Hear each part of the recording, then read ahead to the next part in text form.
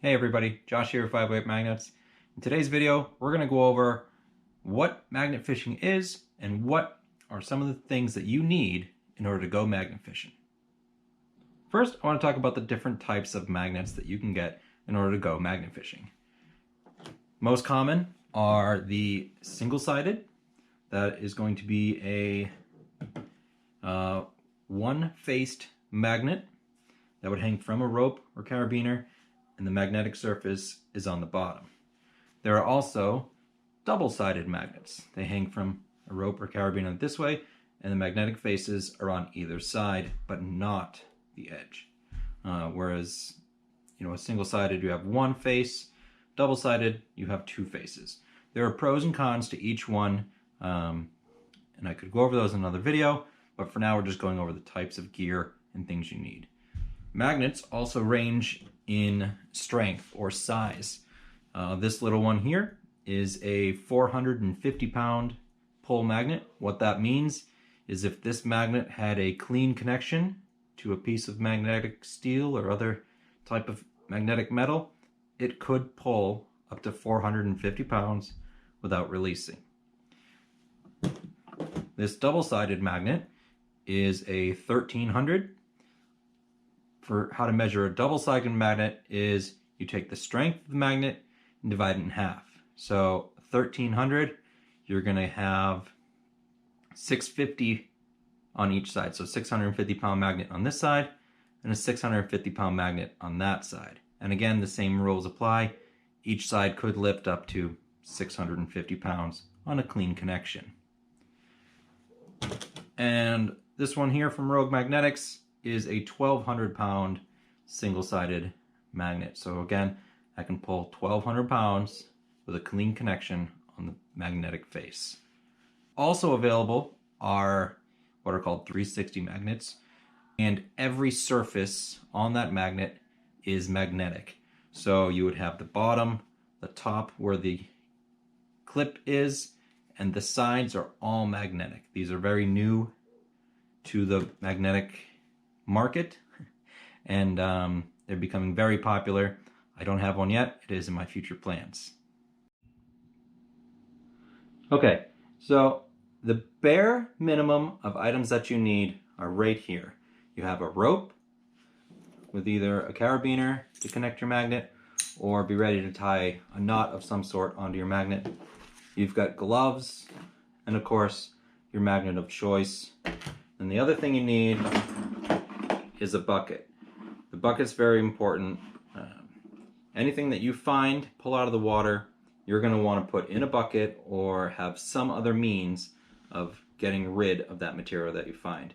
Whether you take it home and recycle it yourself, or you contact a local metal scrapper who's going to take those items for you. But you always want to make sure that whatever you pull out of the water, you dispose of properly. Don't leave it beside the road. Definitely don't throw it back in the water. You want to keep this hobby safe and clean for everybody and leave a good impression on the general public.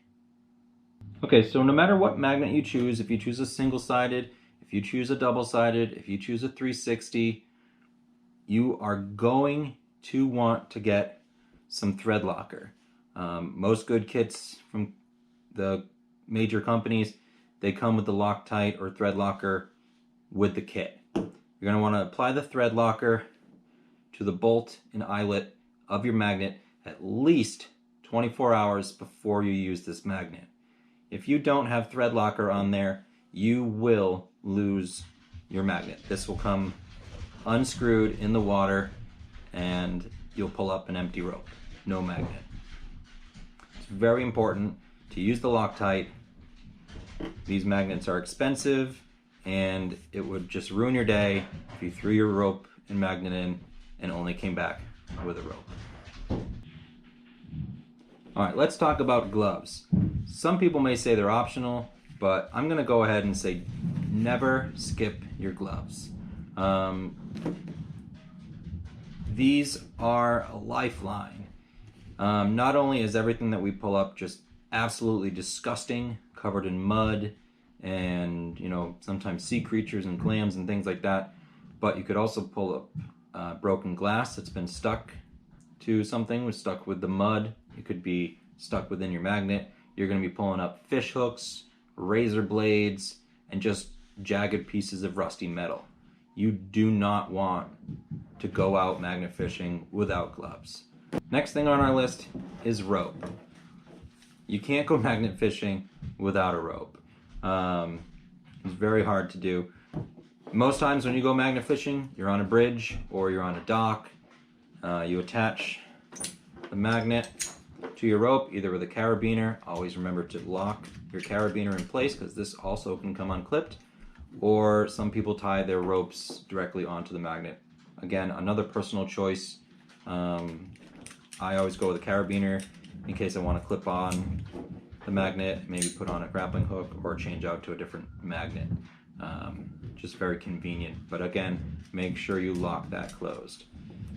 Also with ropes, want to be sure that you use a rope that matches your magnet's strength. So, like I mentioned before, this is a 1,200 pound rope or magnet. You want to use equally strong rope. If I latch on to something that's 1,200 pounds or even 100 pounds, I want to make sure that my rope isn't going to snap and leave my magnet and whatever I attach to under the water. So on this little magnet, this is the one that my kids use. It's a 450 Amazon special. I've got paracord on this. This is 550 strength paracord and a 450 pound strength magnet. So this rope isn't going to break before the magnet. Plus it's just for my kids. The paracord is easier for them to hold and use instead of the thick, heavier rope. But again, you do not want to use paracord on the larger magnets. You will lose your magnet, your rope will snap. I don't care how much faith you have in paracord, it will not hold up. So always make sure that you have a good, sturdy rope that is stronger than your magnet. Alright, so we talked about the basics of what you'll need to go magnet fishing. Magnet, rope, gloves, and a bucket. That's really all you need to go magnet fishing.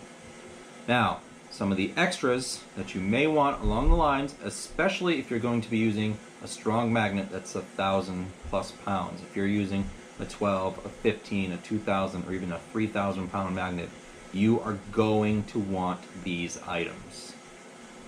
First up on the list could be considered an extra item, but a lot of times they come in very handy, and that is the hook, claw, grappling hook, whatever you want to call it.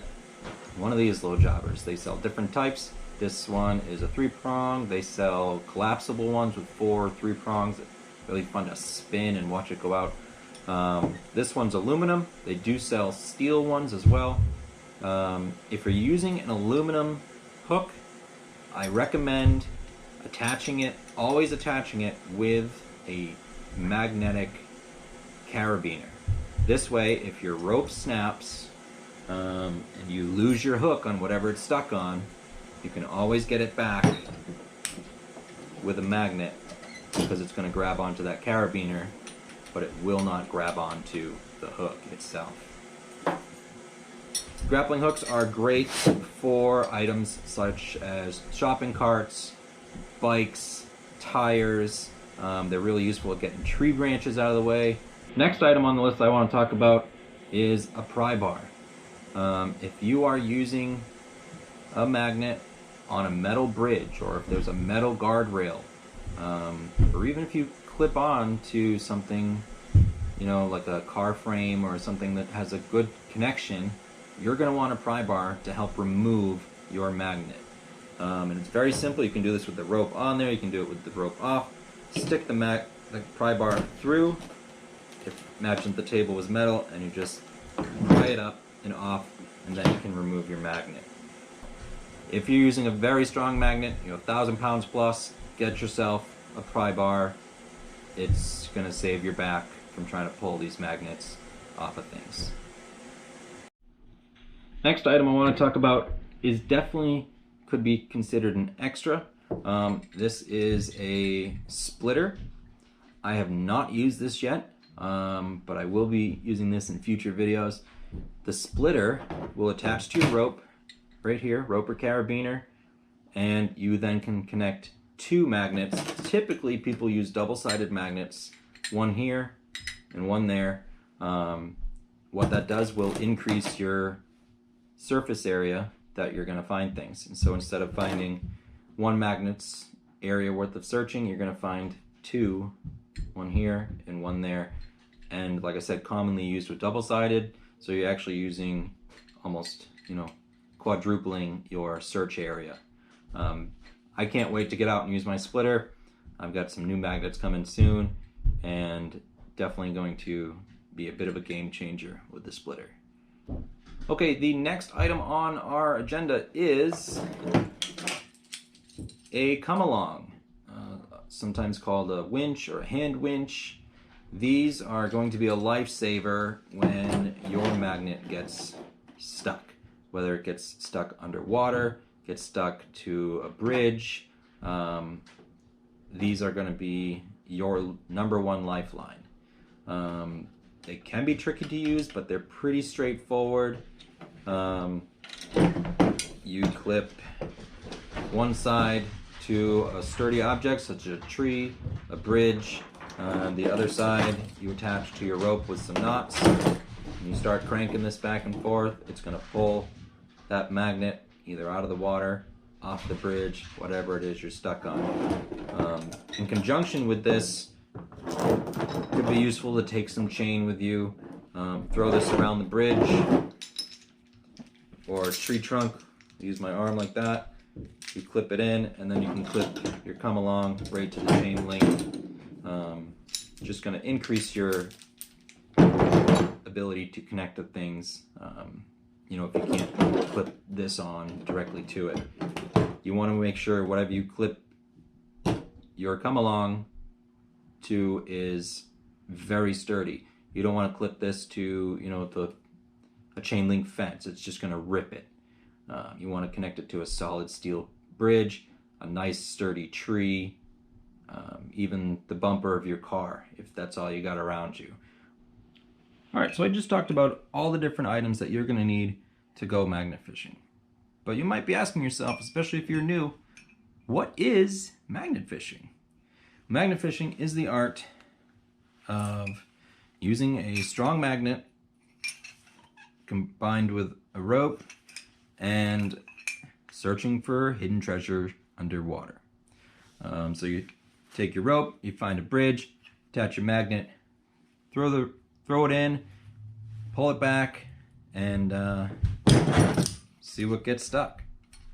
It's a great way to help clean up our waterways. It's definitely a form of treasure hunting. You can find antiques, old irons, wagon wheels, just things that you wouldn't even think of that would be down there under the water. You can also find more modern items, guns, tools, safes. You really never know what's under the water. That's why magnet fishing has become so popular amongst treasure hunters, is that it's very similar to metal detecting, that you never know what you're going to find. So if you think that you're going to be getting into magnet fishing, take my advice and get yourself everything that you saw here, especially if you're going to be going with one of the larger size magnets. Really be careful when you're looking for a magnet. I know there's a lot of great deals on Amazon, but a lot of those magnets they're very cheap and they will break, and you're going to lose them and you're going to be out 40 or 50 bucks. If you're willing to spend 40 or 50 bucks on a magnet, go a little bit more, save it up, and just get a name brand magnet.